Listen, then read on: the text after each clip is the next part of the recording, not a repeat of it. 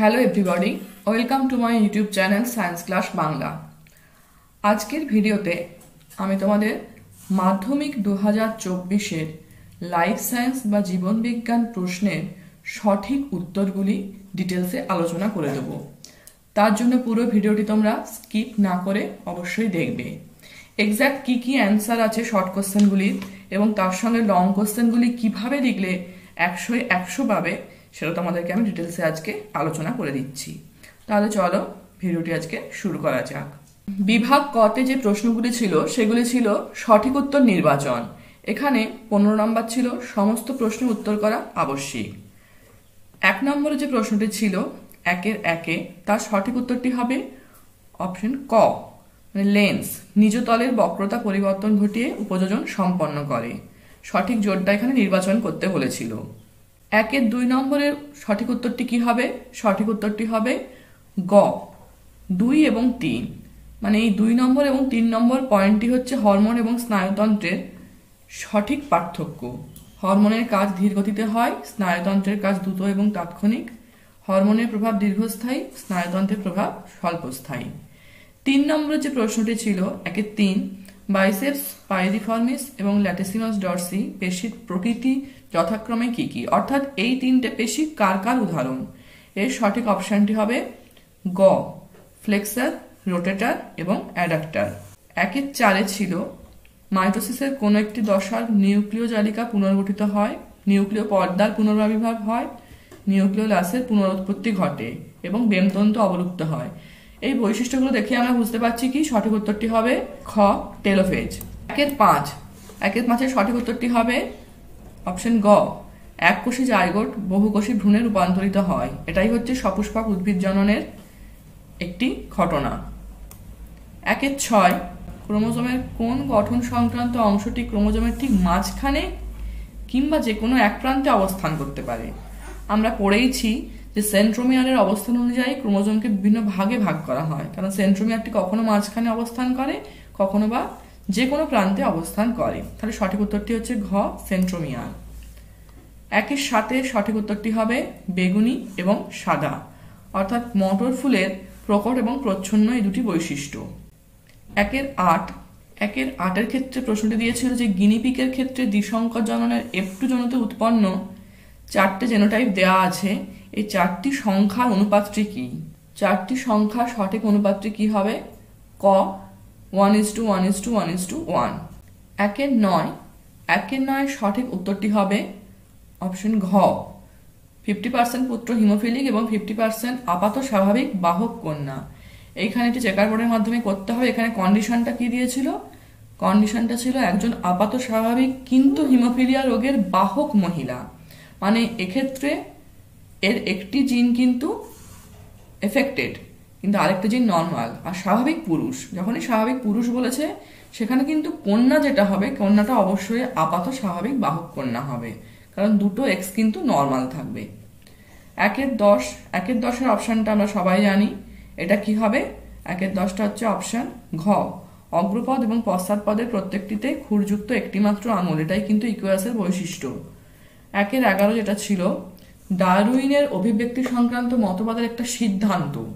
এই মতবাদগুলি কিন্তু সবই ডারউইনের, কিন্তু সিদ্ধান্ততে তিনি কি পৌঁছেছিলেন সেটা হচ্ছে 1-এর 11 প্রাকৃতিক নির্বাচন। 1-এর 12 উত্তরটাও আমাদের সকলেরই হয়তো জানা। উটের অতিরিক্ত জলক্ষয় সহনের ক্ষমতার সঙ্গে সম্পর্কিত অভিযোজিত বৈশিষ্ট্যটি কি? সঠিক উত্তরটা হচ্ছে গ, ডিম্বাকার লোহিত রক্তকণিকা। এটা কিন্তু বেলনাকারও নয়, গোলাকারও নয়, ঘনকাকারও নয়, ডিম্বাকার, সবসময় ওভাল হবে। 1-এর 13, নাইট্রোজেন চক্রের কোন ধাপের সঙ্গে অণুজীব নাইট্রোসোমোনাস ও নাইট্রোব্যাক্টার সংশ্লিষ্ট? নাইট্রোসোমোনাস এবং নাইট্রোব্যাক্টার সবসময় নাইট্রিফিকেশনের সঙ্গে সম্পর্কিত। 1-এর 14, মিজোরাম ও নিকোবর দ্বীপপুঞ্জ কোন কোন জীববৈচিত্র্যের হটস্পটের অন্তর্ভুক্ত? সঠিক উত্তর অপশন গ, ইন্দোবর্মা এবং সুন্দারল্যান্ড। এমসিকিউ এর লাস্ট প্রশ্ন ছিল গরুমারা, নীলগিরি ও কুলিক কোন কোন ধরনের ইনসিটু সংরক্ষণ? এটা আমরা জানি যে গরুমারা কিসের উদাহরণ? ন্যাশনাল পার্কের, অর্থাৎ জাতীয় উদ্যান। এটা বায়োস্ফিয়ার রিজার্ভ আর এটা হচ্ছে অভয়ারণ্য। তাহলে সঠিক উত্তরটা হচ্ছে অপশন ক। বিভাগ খতে 26টা প্রশ্ন ছিল। 26টা প্রশ্নের মধ্যে 21টা প্রশ্নের উত্তর নির্দেশ অনুসারে লিখতে বলা হয়েছিল। প্রথমেই ছিল সেটা শূন্যস্থান পূরণ, এখানে যে কোনো 5টি করতে হবে 5 নম্বর। প্রথম উত্তরটা হবে 2-এর 1-এর উত্তরটা হবে সোয়ান কোষ, 2-এর 2টা হবে অ্যামাইটোসিস কোষ বিভাজন, কারণ অ্যামাইটোসিস কোষ বিভাজনে ব্যামতন্তু ক্রোমোজোম গঠিত হয় না। 2-এর 3-একটা এখানে 3টে উত্তর হতে পারে, এই 3টের মধ্যে যেটা লিখবে সেটাই সঠিক। একটা হচ্ছে রিসেসিভ জিন মানে প্রচ্ছন্ন জিন, ক্যারিয়ার জিন অথবা মিউটেন্ট জিন, যাই লিখবে সেটাই কিন্তু সঠিক হবে। 2-এর 4টা কি হবে, পৃথিবীতে জীববৈচিত্র্যের কারণ কি, কারণ হচ্ছে ইভলিউশন বা অভিব্যক্তি। 2-এর 5-এর উত্তরটা হবে অধিক পরিমাণে মিউকাসের ক্ষরণ, এখানে যদি কেউ শ্লেষ্মা লেখো সেটাও সঠিক হবে, কফ যদি লেখো সেটাও কিন্তু সঠিক হবে। 2-এর 6-এর উত্তরটা কি হবে, কি সমৃদ্ধ ডিটারজেন্ট জলাশয় মিশে গেলে ইউট্রোফিকেশন ঘটে, সেটা হচ্ছে ফসফেট। নেক্সট ছিল সত্য মিথ্যা নিরূপণ, এটাও কিন্তু যে কোনো 5টি করতে হবে। 2-এর 7-এরটা হচ্ছে ফলস মানে মিথ্যা, 2-এর 8 মিথ্যা, 2-এর 9 সত্য, 2-এর 10 মিথ্যা, 2-এর 11 সত্য, 2-এর 12 সত্য। এখানে আমি সত্য মিথ্যাগুলো শুধু বলে দিলাম, তোমরা প্রত্যেকে অলরেডি লাইনগুলো কিন্তু পড়ে নিয়েছো কি আছে। নেক্সট প্রশ্ন ছিল উভয় দিকে স্তম্ভ মেলানো, এ স্তম্ভ এবং বি স্তম্ভের মিল করা, এখানে কিন্তু একটা এক্সট্রা দেওয়া আছে, আমি সঠিকগুলো বলে দিচ্ছি। অ্যাড্রেনালিন 2-এর 13টার সঙ্গে ম্যাচ খাবে, চ হৃদস্পন্দন হাড় উৎপাদ ও রক্তচাপ বাড়ায়। 2-এর 14 স্বপরাগযোগ এর সঙ্গে ম্যাচ খাবে, ঘ বাহকের প্রয়োজন নেই। 2-এর 15 ফুলের অবস্থান কাক্ষিক এর সঙ্গে ম্যাচ খাবে, ছ প্রকট বৈশিষ্ট্য। 2-এর 16 গরম তরল সুপ, এটা হচ্ছে বিজ্ঞানী হলডানের মতে বিভিন্ন জৈব যৌগ সমন্বিত উত্তপ্ত সমুদ্রের জল। 2-এর 17 SPM, এটা হচ্ছে বায়ু দূষক। 2-এর 18 অস্থির ভঙ্গুরতা ও অস্থিসন্ধিতে ব্যথা, এটা হচ্ছে মানব বিকাশের বার্ধক্য দশা। এইখানে দুটো অ্যান্সার কাছাকাছি ছিল, একটা ছিল বয়ঃসন্ধি দশা, একটা ছিল বার্ধক্য দশা, এটা হবে বার্ধক্য দশা। পরের যে প্রশ্নগুলি ছিল এগুলো বিভিন্ন রকমের শর্ট প্রশ্ন ছিল, এখান থেকে যে কোনো 6টা করতে হতো, আমি সব উত্তরগুলো এখানে বলে দিচ্ছি। প্রথম উত্তরটা হচ্ছে 2-এর 19 যেটা আছে সেটা হবে ADH, কারণ শুধুমাত্র এই হরমোনটাই পশ্চাৎ পিটুইটারিতে খরিত হয়, বাকিগুলো সব অগ্র পিটুইটারিতে খরিত হয়। 2-এর 20 অ্যান্সারটা হবে জিব্বেরেলিন হরমোন। 2-এর 21-এর ক্ষেত্রে যেহেতু অ্যাডেনিন আছে, অ্যাডেনিনের সঙ্গে কে বন্ড করে, হয় থাইমিন নয় ইউরাসিল, তাহলে থাইমিন অথবা ইউরাসিল এবং সাইটোসিন, এই 3টের মধ্যে তোমরা যে অ্যান্সারটা লিখবে সেটাই সঠিক হবে। বর্ণান্ধত হিমোফিলিয়ার জন্য দায়ী জিন দুটির মধ্যে সাদৃশ্য জানতে চেয়েছে, দুটো অবশ্যই এক্স ক্রোমোজোম বাহিত রিসেসিভ অর্থাৎ প্রচ্ছন্ন, এবং দুজনেই কিন্তু মিউটেন্ট, যে কোনো কথাটি লিখলেই তোমরা সঠিক নাম্বারটি পাবে। সংযুক্ত কানের লতির বৈশিষ্ট্য জীব মোড়ার ক্ষমতা, সংযুক্ত কানের লতির বৈশিষ্ট্যটা হচ্ছে প্রচ্ছন্ন জিন আর জীব মোড়ার ক্ষমতাটা হচ্ছে প্রকট জিন। সুন্দরী পাতার ত্বকে অবস্থিত লবণ গ্রন্থির ভূমিকা কি, এক্সেস যে লবণটা মানে অতিরিক্ত লবণটাকে নির্গত করে দেয়। 2-এর 25-এর সঠিক উত্তরটা হবে ব্রঙ্কাইটিস, কারণ এখানে যে 4টে শব্দ দেওয়া আছে 4টে শব্দের মধ্যে ব্রঙ্কাইটিসের মধ্যেই এই 3টে বৈশিষ্ট্য লক্ষ্য করা যায়, তাহলে ব্রঙ্কাইটিসটা হচ্ছে সঠিক উত্তর। 2-এর 26-এর প্রশ্নটার উত্তরটা কি হবে, কুমির সংরক্ষণে গৃহীত প্রজেক্ট ক্রোকোডাইলে কোন বিষয়টির উপর গুরুত্ব আরোপ করা হয়েছে, এখানে যে কোনো দুটো অ্যান্সার হতে পারে, একটা হচ্ছে গ্রো অ্যান্ড রিলিজ, এটা একটা সঠিক উত্তর, আরেকটা হতে পারে যে তাদের প্রজনন এবং তাদের সেইখান থেকে আরও তাদের সংরক্ষণের জন্য। যে কোনো উত্তরটি লিখলেই তোমরা কিন্তু এখানে সঠিক নাম্বারটি পাবে। তাহলে এটা হয়ে গেল বিভাগ খ। নেক্সট বিভাগ হচ্ছে বিভাগ গ। বিভাগ গতে 17টা প্রশ্ন ছিল, তার মধ্যে যে কোনো 12টা প্রশ্নের উত্তর 2 থেকে 3টে বাক্যে লিখতে হবে। এখানে ছিল 24 নাম্বার, 2 নাম্বার করে, খুব টু দি পয়েন্টে অ্যান্সার দিলে তোমরা এখানে সঠিক নাম্বারটি কিন্তু পাবে।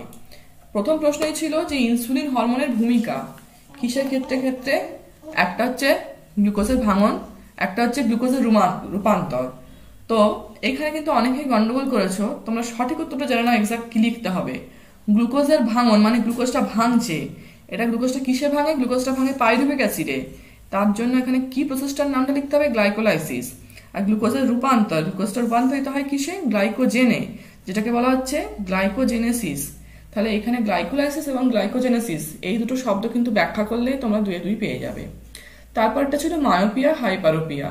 মায়োপিয়া হাইপারোপিয়া মানে মায়োপিয়া আর হাইপারমেট্রোপিয়া যেটা। মায়োপিয়া এবং হাইপারোপিয়ার কারণ এবং লক্ষণ ছিল। কারণ লক্ষণটা কি? মায়োপিয়ার ক্ষেত্রে দূরদৃষ্টি ব্যাহত, এটার ক্ষেত্রে কাছের দৃষ্টি ব্যাহত। এবার কারণটা তোমরা সুন্দর নিশ্চয়ই ব্যাখ্যা করেছো যে কোন ক্ষেত্রে রেটিনার আগে প্রতিবিম্ব তৈরি হয়, কোন ক্ষেত্রে রেটিনার পেছনে প্রতিবিম্ব তৈরি হয়। এই দুটো ব্যাখ্যা করলেই কিন্তু 2 পেয়ে যাবে। তিনটা ছিল গমনের একটি চালিকা শক্তি হলো প্রজননিক কাজের জন্য একত্রিত হওয়া। এই যে এখানে পার্টিকুলার বৈশিষ্ট্য উল্লেখ করে দিয়েছে প্রজননিক কাজ। এরকম দুটো সামুদ্রিক জীবের উদাহরণের সাহায্যে বক্তব্যটি যথার্থতা প্রতিষ্ঠা করো। তাহলে দুটো সামুদ্রিক জীবের নাম বলতে হবে যারা এই প্রজননিক কাজের জন্য গমন করে। কি? খুব সহজ উদাহরণ, যেমন হচ্ছে স্যালমন ফিশ, ইলিশ মাছ, তারপরে বিভিন্ন রকমের কচ্ছপ আছে। এর মধ্যে তোমরা যেটাই লিখবে, দুটো যে কোনো লিখলেই এখানে কিন্তু 2 পাবে। 4 নম্বর প্রশ্নটা ছিল দূরদর্শনে কোন উত্তেজক খেলা দেখার সময় একজন দর্শক কোন কোন প্রতিবর্ত ক্রিয়া সম্পন্ন করে। এখানে অনেকগুলো উত্তর হতে পারে। এখানে কিন্তু শুধুমাত্র অর্জিত বা সহজাত কিছু লিখে দিলে হবে না, কি কি ঘটনাগুলো ঘটে লিখতে হবে। প্রথম, টিভিতে খেলা দেখার সময় একজন ব্যক্তি চোখের যে আইবলটা আছে, মানে চোখের পাতাটার পলক কিন্তু পড়ে, ব্লিঙ্কিং অফ আইস যেটাকে বলে। চোখের পাতার পলকটা ঘন ঘন পড়তে থাকে, চোখটা বন্ধ হতে পারে। সে আনন্দে নাচতে পারে, ড্যান্সিং করতে পারে, চিৎকার করতে পারে, সাউটিং, জাম্পিং, আর তার সঙ্গে অবশ্যই হাত তুলে নিতে পারে। আর নি জার্ক রিফ্লেক্সটাও এখানে লিখলে, এই কন্ডিশনগুলোর মধ্যে যে কোনো দুটো লিখলে কিন্তু তোমরা 2 পাবে। পরের প্রশ্নটা ছিল উদ্ভিদ এবং প্রাণীদের ক্ষেত্রে মিওসিস কোষ বিভাজনের ঘটনাস্থলের তালিকা তৈরি করো। উদ্ভিদ এবং প্রাণীদের ক্ষেত্রে বলেছে, তাহলে উদ্ভিদের ক্ষেত্রে যে ডিপ্লয়েড স্পোর মাদার সেল, মশ এবং ফার্নের ক্ষেত্রে যেটা দেখা যায়, এবং এটা নিম্ন শ্রেণীর উদ্ভিদের ক্ষেত্রে। আর উচ্চ শ্রেণীর উদ্ভিদের ক্ষেত্রে হচ্ছে পরাগ রেণু, তাই তো? সেইটাই হবে উত্তর। আর প্রাণীদের ক্ষেত্রে অবশ্যই এটা প্রাইমারি গ্যামেটোসাইটস, যেটাকে আমরা উসাইটস বলি, মানে ডিম্বাশ হয়, ডিম্বাশ উসাইটস, এবং যেখানে টেস্টিস এবং ওভারি, মেন হচ্ছে টেস্টিস এবং ওভারি, অর্থাৎ ডিম্বাশয় এবং শুক্রাশয়ের মধ্যে কিন্তু লক্ষ্য করা যায়। শব্দচিত্রের মাধ্যমে ফার্নের যৌনক্রমটি ব্যাখ্যা করো। এটা তো যেমন ধরো তোমাদের ছকটা বইতে করে দেওয়া আছে, গোল যে চক্রটা সেটা করতে হবে। উদ্ভিদ কোষের সাইটোকাইনেসিস কিভাবে ঘটে, এক্ষেত্রে তোমরা কি কি লিখবে, পয়েন্ট করে করে লিখবে একবারে। ফ্র্যাগমোপ্লাস্টের গঠন, তারপরে সেল প্লেটের গঠন, সেইখান থেকে কিভাবে আস্তে আস্তে দুটো ডিটাচ হচ্ছে, এই ঘটনাটা লিখতে হবে, এবং সেখানে পেকটিন, সেলুলোজ যে কিভাবে কাজ করে এটা লিখতে হবে।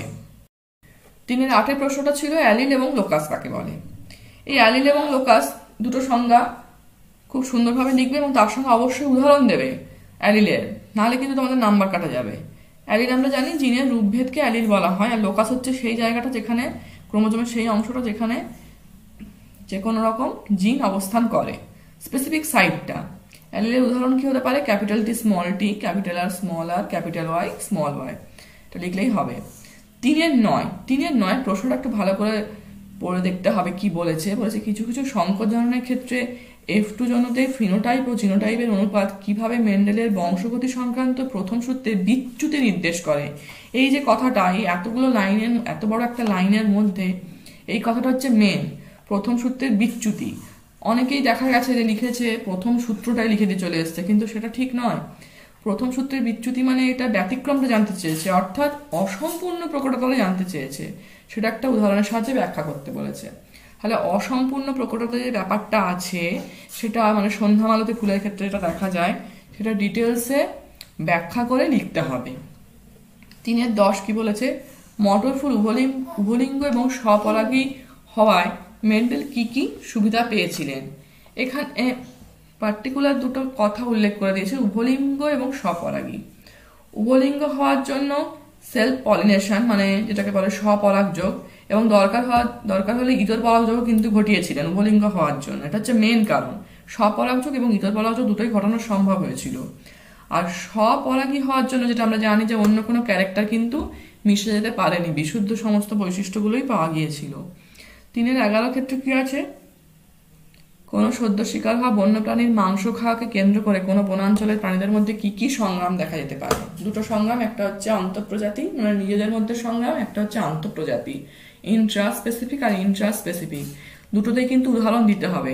আন্তঃপ্রজাতি মানে হচ্ছে সিংহের সঙ্গে সিংহের সংগ্রাম, আর আন্তঃপ্রজাতি মানে হচ্ছে বাঘের সঙ্গে নেকড়ের সংগ্রাম, বা হায়নার সঙ্গে বন্য একটা কুকুরের সংগ্রাম। এইটা কিন্তু অবশ্যই উদাহরণটা দিতেই হবে। নেক্সট, একটি রুই মাছ কিভাবে জলের উপর ভেসে ওঠে বা জলের গভীরে ডুবে যায়, এটা তোমরা সকলেই জানো। এখানে অবশ্যই রেটিয়া মিরাবিলিয়া এবং রেড গ্রন্থি এই দুটির কাজ খুব সুন্দর করে লিখতে হবে। 3-13 জীবনের জৈব রাসায়নিক উৎপত্তি সংক্রান্ত মিলার এবং উরের পরীক্ষায় ব্যবহৃত বিক্রিয়ক এবং উৎপন্ন পদার্থ, মানে কি কি লেগেছিল পরীক্ষায় এবং কি কি উৎপন্ন হয়েছিল, এটা কিন্তু সঠিকভাবে লিখতে হবে, তবে 2 নম্বর পাবে। যেটা বিক্রিয়ক সেটা হচ্ছে মিথেন, অ্যামোনিয়া, হাইড্রোজেন এবং জলীয় বাষ্প, এটা হচ্ছে তার মেন ইনগ্রিডিয়েন্টস ছিল। উৎপন্ন হয়েছিল অ্যামাইনো অ্যাসিড, তার মধ্যে তোমরা glycine, beta alanine, aspartic acid যা হোক লিখতে পারো, formaldehyde, hydrogen, cyanide, organic acid মানে অ্যাসিটিক অ্যাসিড, ল্যাকটিক অ্যাসিড এবং নাইট্রোজেন বেস অ্যাডেনিন, এইগুলো কিন্তু উৎপন্ন হয়েছিল। এগুলো লিখলে তবে 2-2 পাবে। 3-14 প্রশ্নটা ছিল বায়ুতে দূষণ সৃষ্টিকারী বিভিন্ন গ্রিনহাউস গ্যাসের ঘনত্ব ক্রমাগত বাড়তে থাকলে পরিবেশগত কি কি সমস্যা হতে পারে। গ্রিনহাউস গ্যাসের ঘনত্ব বাড়তে থাকলে ফার্স্ট যেটা হবে সেটা হচ্ছে গ্লোবাল ওয়ার্মিং, বিশ্ব উষ্ণায়ন। এছাড়াও অ্যাসিড বৃষ্টি, ওজোন হোল, মেরু অঞ্চলের বরফ গলে যাওয়া, যে কোনো সময় সামুদ্রিক ঝড়, বিভিন্ন যে পরাগযোগের জন্য যে এজেন্টগুলো, বাহকগুলোর পরিমাণ কমে যাওয়া, এছাড়াও ফ্রেশ জল যেটাকে আমরা বলি পরিষ্কার জল, সেই পরিশুদ্ধ জলের অভাব হতে পারে। বিভিন্ন কোস্টাল এবং কোস্টাল সিটি বা ডিফারেন্ট যে আইল্যান্ডগুলো আছে সেগুলো সাবমার্জেন্স হতে পারে। এছাড়াও বিভিন্ন রকমের শস্যক্ষেত্রগুলো যে আরম্ভগুলো যেগুলো আছে, শস্যক্ষেত্রগুলো কিন্তু আস্তে আস্তে হারিয়ে যেতে পারে। এর মধ্যে যে কোনো 4টে লিখতে হবে অবশ্যই, 2টো লিখলে কিন্তু হবে না। এখানে যে কোনো 4টে লিখলে তোমরা এটা সঠিক উত্তরটা, সঠিক নাম্বারটা তোমরা পেয়ে যাবে। 3-15 হচ্ছে মেরুভল্লুক এবং গঙ্গা নদীর শুশুকের বিপন্নতার কারণ। মেরুভল্লুকের বিপন্নতার একমাত্র কারণ হচ্ছে বরফ গলে যাওয়া মেরু অঞ্চলে।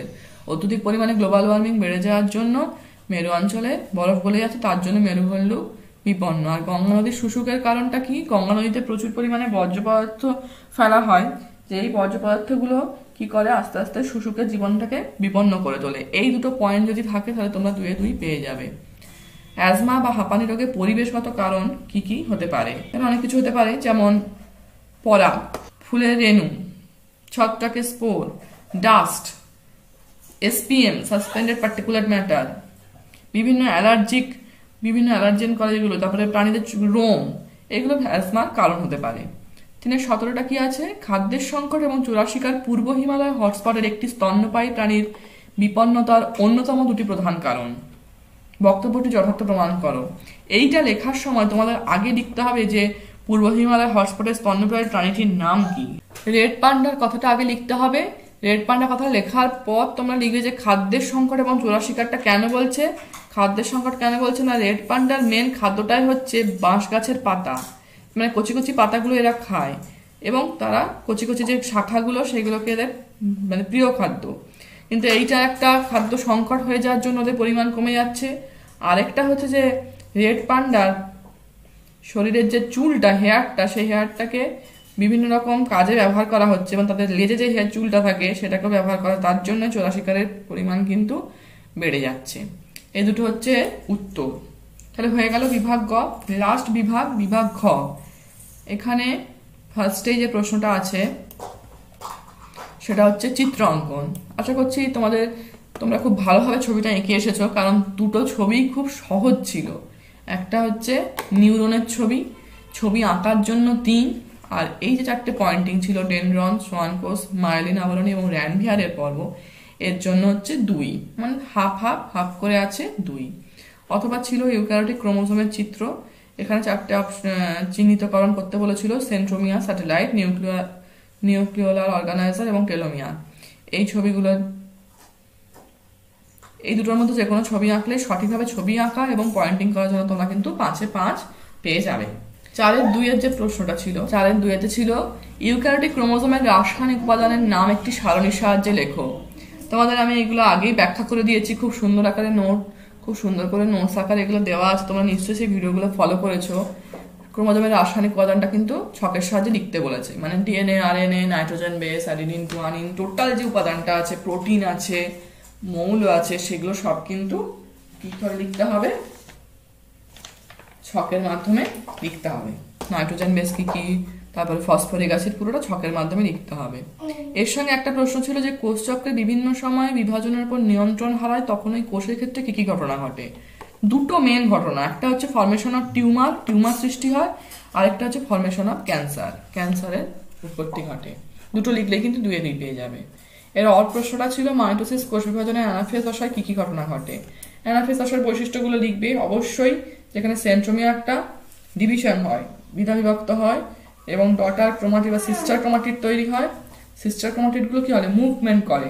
অ্যানাফেজীয় চলন যেটা লক্ষ্য করা যায় উভয় পোলেতে, সেটা অ্যানাফেজীয় চলন ঘটে, এবং স্পিন্ডেল ফাইবারটা এখানে কিন্তু অ্যাটাচ থাকে কাইনেটোকোরের সঙ্গে। মোটামুটি অ্যানাফেজ দশার বৈশিষ্ট্য এবং তার সঙ্গে অ্যানাফেজ দশার চিত্রটা অঙ্কন করে দিতে হবে। এর সঙ্গে ছিল সপুষ্পক উদ্ভিদের যৌনজননের ধাপগুলি শব্দচিত্রের মাধ্যমে দেখাও।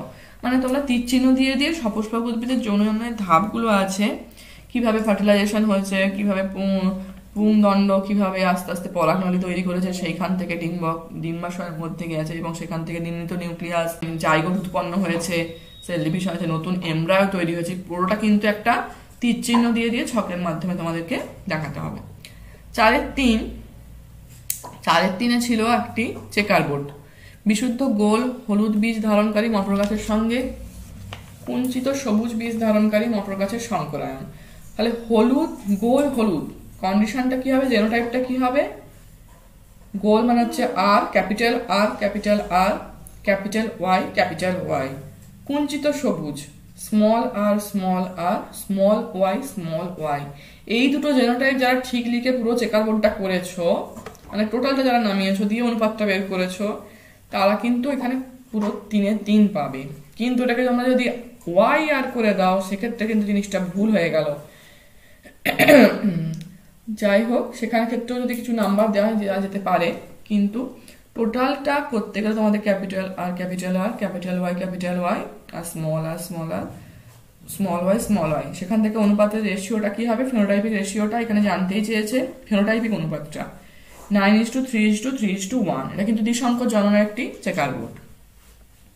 এই পরীক্ষা থেকে প্রাপ্ত মেন্ডেলের বংশগতি সংক্রান্ত সূত্রটা হচ্ছে স্বাধীন সঞ্চালনের সূত্রটা কিন্তু লিখতে হবে, তবে 2 নাম্বার পাবে। এর প্রশ্নটা খুব সুন্দর ছিল, সন্তানের লিঙ্গ নির্ধারণ পদ্ধতি সংক্রান্ত মানব সমাজের ভ্রান্ত ধারণা কিভাবে নির্মূল করা যায়। মানে লিঙ্গ নির্ধারণ পদ্ধতিটা ডিটেলসে লিখতে হবে। এখানে অবশ্যই XX এবং XY কথাটা উল্লেখ করতে হবে এবং চেকার বোর্ডটা কিন্তু করে দেখিয়ে দিতে হবে। থ্যালাসেমিয়া রোগের উপসর্গ কি কি? থ্যালাসেমিয়া রোগের অনেকগুলি উপসর্গ আছে, যে কোনো 2টো লিখলেই কিন্তু এখানে তোমরা নাম্বার পাবে। যেমন কি যকৃৎ গৃহার প্রদাহ, কালচে মূত্র, তাই তো, হিমোগ্লোবিন প্রচুর পরিমাণে কমে যাওয়া, যে কোনো 2টো লিখলেই তোমরা এখানে নাম্বার পাবে। 4 প্রশ্নটা ছিল বিভিন্ন মেরুদণ্ডী প্রাণীগোষ্ঠীর হৃৎপিণ্ডের গঠনের তুলনামূলক আলোচনা থেকে অভিব্যক্তি সংক্রান্ত কি কি তথ্য জানা যায়। তাহলে হৃৎপিণ্ডের গঠনের তুলনামূলক আলোচনা তোমরা ছক করে দিতে পারো। বিষয়, তারপরে প্রথমে মাছ, মৎস্য, তারপরে উভচর, তারপর সরীসৃপ, তারপরে পাখি এবং স্তন্যপায়ী। মাছের ক্ষেত্রে কি হবে, এদের ক্ষেত্রে অবশ্যই আগে 2টো পার্থক্য, মেন যে মানে অভিব্যক্তিটা হচ্ছে সেখানে বিষয় 2টো হবে। একটা হচ্ছে নাম্বার অফ চেম্বার, মানে কতগুলো প্রকোষ্ঠ আছে হৃৎপিণ্ডের, আর হৃৎপিণ্ডটা নেচারটা কিরকম, মানে দূষিত রক্ত বা বিশুদ্ধ রক্তের ব্যাপারটা ডিটেলস আলোচনা করতে হবে। মাছের ক্ষেত্রে 2টো চেম্বার, 2 প্রকোষ্ঠ, একটা অলিন্দ, একটা ভেন্ট্রিকল, এটা সিঙ্গেল সার্কিট হার্ট। অ্যাম্ফিবিয়ান বা উভচরের ক্ষেত্রে 3টে চেম্বার, 2টো অলিন্দ, একটা পার্শিয়ালি ডিভাইডেড ভেন্ট্রিকল, এখানে ইনকমপ্লিট ডবল সার্কিট হার্ট, মানে এখানে রক্তটা কিন্তু অর্ধভাবে মিশ্রিত হচ্ছে, প্রথমে পুরোটাই মিশে যাচ্ছে। সরীসৃপের ক্ষেত্রে 3টে চেম্বার, 2টো অরিকাল, একটা 1 ইনকমপ্লিটলি ডিভাইডেড ভেন্ট্রিকল, এখানে ইনকমপ্লিট ডবল সার্কিট হার্ট। আর অবশ্যই বার্ডস এবং ম্যামালসের ক্ষেত্রে 4টে চেম্বার থাকবে, 2টো অলিন্দ, 2টো নিলয়, এখানে পুরোপুরিভাবে বিশুদ্ধ এবং দূষিত রক্তটা আলাদাভাবে প্রবাহিত হচ্ছে। এটা লেখার পর এটা তোমরা লিখে দিলে, ছবিও দিলে, তারপরে তোমরা এখান থেকে কি জানা যাচ্ছে, এখান থেকে এটাই দেখা যাচ্ছে যে অভিব্যক্তিতে আস্তে আস্তে হার্টের যে প্রকোষ্ঠগুলো সেইটার সংখ্যা বৃদ্ধি পাচ্ছে এবং আস্তে আস্তে প্রথমে যে দূষিত রক্ত বিশুদ্ধ রক্তটা পুরো মিশে যাচ্ছিল সেটা আস্তে আস্তে পৃথক হয়ে হয়ে একদম শেষকালে এসে দেখা যাচ্ছে পুরোপুরিভাবে আলাদা থাকছে। এই 2টো ইনফরমেশন কিন্তু অবশ্যই তোমাদের, মানে অর্থাৎ এটাই বলতে হবে যে সিঙ্গেল সার্কিট হার্ট থেকে ডবল সার্কিট হার্টে আস্তে আস্তে জিনিসটা মানে জটিলতার দিকে যাচ্ছে, সহজ থেকে জিনিসটা জটিলের দিকে যাচ্ছে। হয়ে গেল। এর সঙ্গে দুটো প্রশ্ন ছিল, যোগ্যতার উদ্বর্তন এবং প্রাকৃতিক নির্বাচন। এই দুটো ব্যাখ্যা করলেই তোমরা 2-2 পাবে। এর প্রশ্ন ছিল, সমসংস্থ সমবৃত্তীয় অঙ্গের অভিব্যক্তিগত তাৎপর্য উদাহরণের সাহায্যে ব্যাখ্যা করো। সমসংস্থ মানে গঠনগত দিক থেকে যে অঙ্গগুলো এক, সমবৃত্ত মানে কাজের দিক থেকে এক। উদাহরণ দেবে, কোনটা অভিসারী কোনটা অপসারী সেটা বলবে, যে সুন্দর ব্যাখ্যা করবে। এর সঙ্গেই ছিল পায়রার বায়ুথলির অভিযোজনগত তাৎপর্য। এটা সবাই পড়ে ঠিক মতো আশা করছি লিখেছ, যে 9টা বায়ুথলি থাকে, সেই 9টা বায়ুথলি কিভাবে পাখিটাকে উঠতে সাহায্য করে এবং কিভাবে অক্সিজেনটাকে ধারণ করে, কখন সাপ্লাই দেয়, সেটা কিন্তু লিখতে হবে।